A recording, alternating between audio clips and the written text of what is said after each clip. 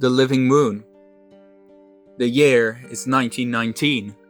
A man opens the hatch of his small craft. What he sees in front of him no one could have expected. Plants as far as the eye could see, but these were no regular plants. Their pigment had a reddish hue. Most plants he found were short and stubby. They all held a water sac at their base. When the man walked further, he kept seeing more and more of these strange-looking plants. But he did not find a single moving creature. This is a living moon indeed, but any moving creature is limited to a few large swaths of land and water.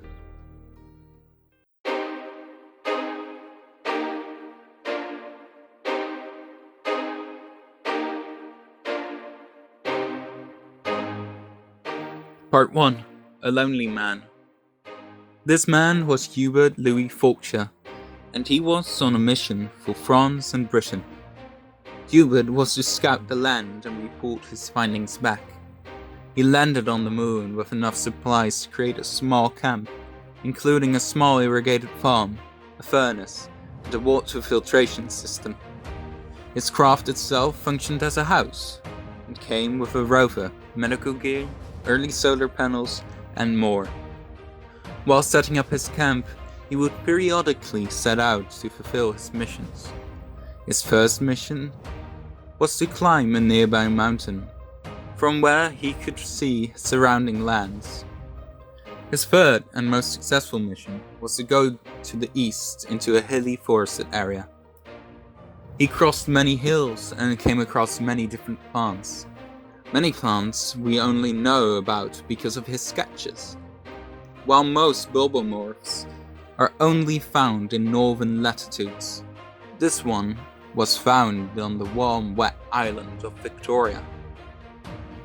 This plant had a strange regional adaptation, like its long stalk splitting into 3 to 5 at the top, and its strange yellow color.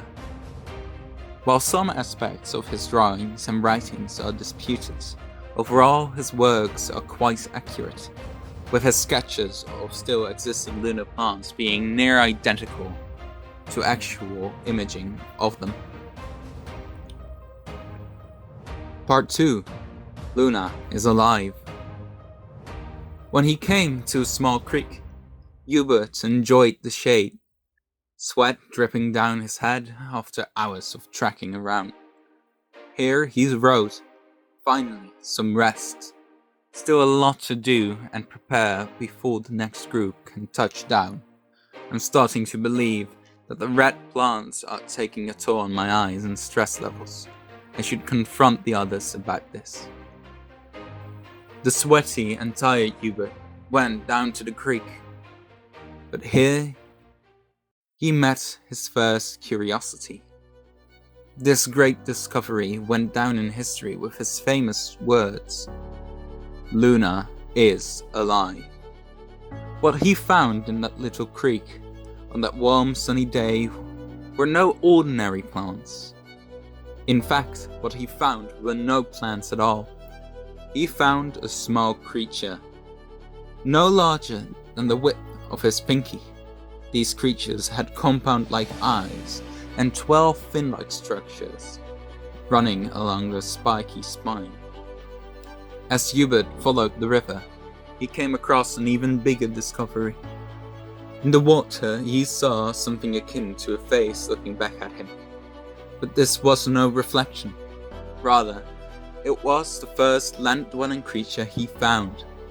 The creature didn't seem afraid of Hubert, which he took as a sign that this creature had been accustomed to seeing the world above water as a safe haven.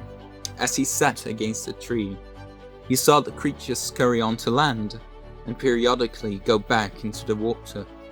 After feeding it some food, he had to go back to his craft. And after months of living on his own on the moon, he found his first friend. Hubert went back to this curiosity in this place, where he fed his friend every single day. When the creek got destroyed, he took his friend in and cared for it. For years he cared for his friend, and later his friends' children. Eventually, when Hubert died of old age, he died with his friends' children in his arms. These 3 specimens, the children of his friends, were the only ones left of their kind. The great living paradise Hubert had found had become polluted and destroyed and dead. No native fauna was to be found in the area anymore. In fact, nearly no native fauna was to be found on all of Victoria anymore. And as he died, his worst fear came to light. This fear was something he had written down on his 3rd day on the moon. While I'm happy I succeeded in landing, I fear the Pandora's box I've opened. His last words were, I should have never written on the effects of the red colors on me. It was clear to all he blamed himself for the destruction of his once beautiful paradise.